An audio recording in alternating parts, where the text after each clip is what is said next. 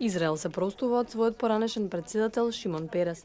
Безбедносните сили се распоредени низ Ерусалим, а илјадници жители дојдоа да му оддадат почит на Нобеловецот.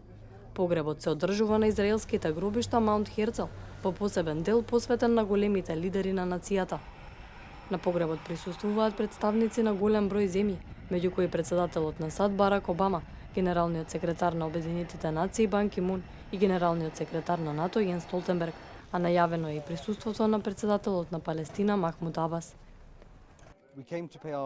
Дојдовме за да му оддадеме почит на еден прекрасен човек. Ја поддржувавме неговата визија. Перес имаше голем сон да постигне мир во овој регион, да направи еден нов Близок Исток.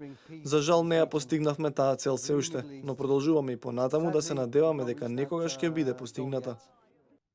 Поранешниот председател на Израел почина на 93 годишна возраст.